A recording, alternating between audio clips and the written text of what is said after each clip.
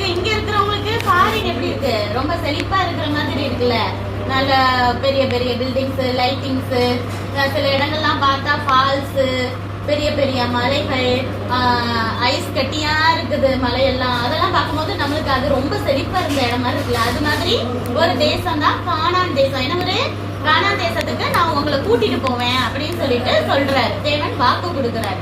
சரின்னு சொல்லிட்டு மோசே வந்து தேவன் இந்த மாதிரி என்கிட்ட பேசினாருன்னு சொல்லி யார்கிட்ட சொல்றாங்கன்னா இந்த இஸ்ரேல் ஜனங்கிட்ட சொல்றாரு. இந்த மாதிரி நம்மளை கூட்டிட்டு போயிடுவாரா, நீங்க பயப்படாதீங்க அப்படின்னு சொன்னா அவங்களுக்கு ஏற்கனவே இப்ப என்ன ஆயிடுச்சு, நிறைய வேலை வந்துருச்சு. எங்களுக்கு வைக்கோல் வேற தேட போனவங்க செதறி போயிட்டாங்க. போங்க, அவங்களுக்கு ஒரு வேலை இல்லை, இப்படியேதான் சொல்றீங்க, ஒண்ணுமே நடக்கலன்னு சொல்லிட்டு போயிட்டாங்க அவங்க மோசையோட பேச்சை கேட்காம.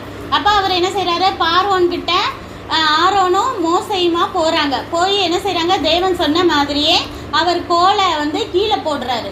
என்னம்மா மாறும்னு சொன்னாரு. வெரி குட், பாம்பா மாறிடுது.